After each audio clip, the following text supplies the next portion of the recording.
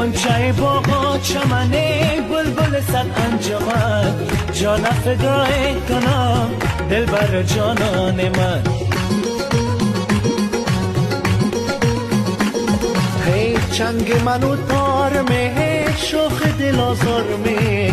خانده پید بیایم تا که شوی یار می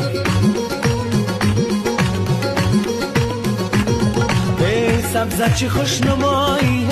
آرام جان مایی با چرخ چشم مستر صبر از دلم روایی